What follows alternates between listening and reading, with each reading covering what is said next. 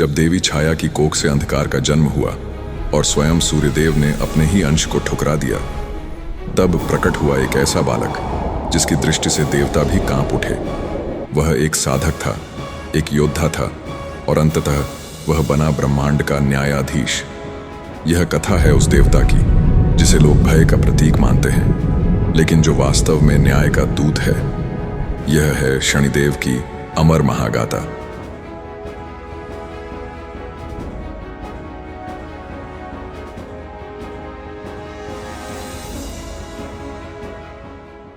त्रेता युग में जब सूर्यदेव का विवाह विश्वकर्मा की तेजस्विनी पुत्री देवी संध्या से हुआ, तब किसी ने भी नहीं सोचा था कि यह विवाह आगे चलकर एक ऐसी महाकथा को जन्म देगा जो सृष्टि के संतुलन को परिभाषित करेगी। विवाह के पश्चात देवी संध्या ने वैवस्वत मनु, यमराज और पुण्यदायिनी यमुना जैसे तेजस्वी संतानों को जन्म दिया, किंतु सूर्यदेव का प्रखर तेज इतना असहनीय था कि देवी संध्या उनके समीप आते ही व्याकुल हो उठती। जैसे प्रखर धूप में कोई छाया ठहर नहीं पाती, वैसे ही संध्या धीरे धीरे विलीन होने लगी। अंततः उन्होंने निश्चय किया कि वह कठोर तपस्या करेंगी ताकि सूर्यदेव के तेज को सहने योग्य बन सकें। लेकिन संतानों की देखभाल का प्रश्न भी उनके सामने खड़ा था, इसलिए उन्होंने अपने जैसी एक प्रतिरूप शक्ति की रचना की, देवी छाया। छाया ने संध्या का स्थान लिया और सूर्यदेव के साथ रहने लगी, जबकि देवी संध्या अज्ञात दिशाओं में तपस्या के लिए प्रस्थान कर गईं। देवी छाया ने महादेव की घोर तपस्या की। कड़ी धूप, भूख प्यास और अग्निताप को सहते हुए उन्होंने अनवरत उपवास किया। उसी तपस्या के दौरान उन्होंने गर्भ धारण किया।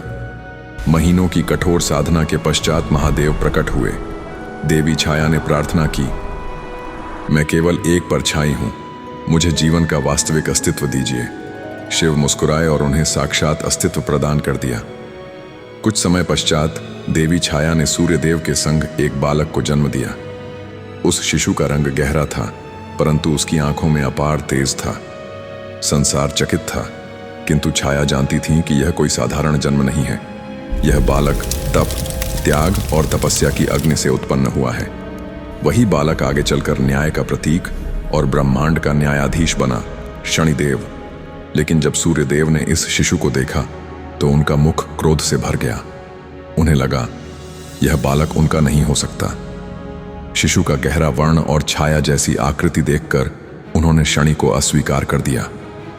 अपमानित होकर उन्होंने देवी छाया को भी तिरस्कृत किया और दोनों को छोड़कर चले गए। सूर्यदेव के तिरस्कार ने छाया को भीतर से तोड़ दिया, किंतु शनिदेव के हृदय में यह घटना एक ज्वाला बनकर धधकने लगी। समय बीतता गया और शनि तपस्वी होते गए। उनके भीतर साधना और शक्ति दोनों का संगम था, किंतु उसी के साथ पिता के तिरस्कार की पीड़ा भी।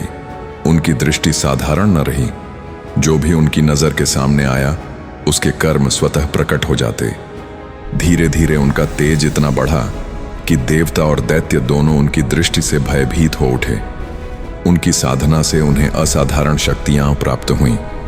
गंधर्वों को उन्होंने पराजित किया, देवताओं को चुनौती दी, किंतु उनके हृदय में जलती रही एक ही ज्वाला, अपने पिता सूर्यदेव से अधिक तेजस्वी बनना और अपमान का उत्तर देना। माता छाया ने यह देखा कि पुत्र के भीतर क्रोध प्रबल होता जा रहा है। उन्होंने उसे संयम और प्रेम का मार्ग देने हेतु उसका विवाह गंधर्वराज चित्ररथ की पुण्यात्मा और संयमी पुत्री मंदा से कर दिया गया।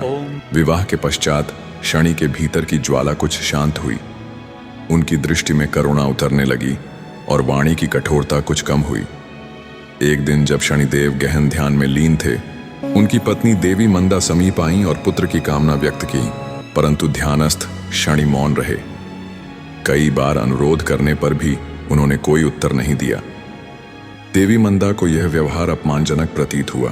क्रोध में भरकर उन्होंने शनिदेव को श्राप दे डाला, आज से यदि तुम्हारी दृष्टि किसी पर पड़ेगी तो उसका विनाश निश्चित होगा। तुम किसी को आंख उठाकर देख भी नहीं सकोगे। ध्यान भंग होने पर शनिदेव को अपनी भूल का आभास हुआ।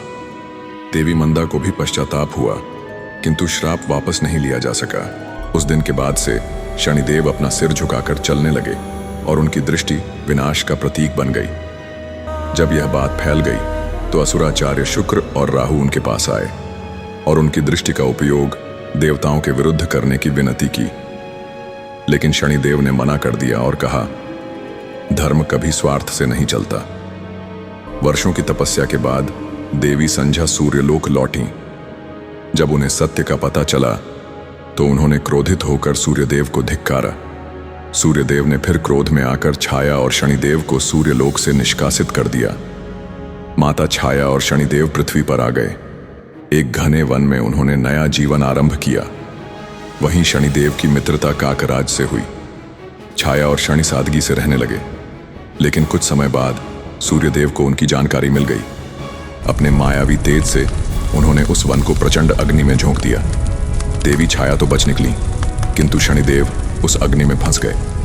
तभी काकराज अपने दिव्य पंख फैलाकर आकाश से उतरे और अपने शक्तिशाली पंजों से शनिदेव को बचाकर अपने रहस्यमय लोक काकलोक ले गए। वहां काकराज की माता ने शनिदेव को अपने पुत्र समान स्वीकार किया।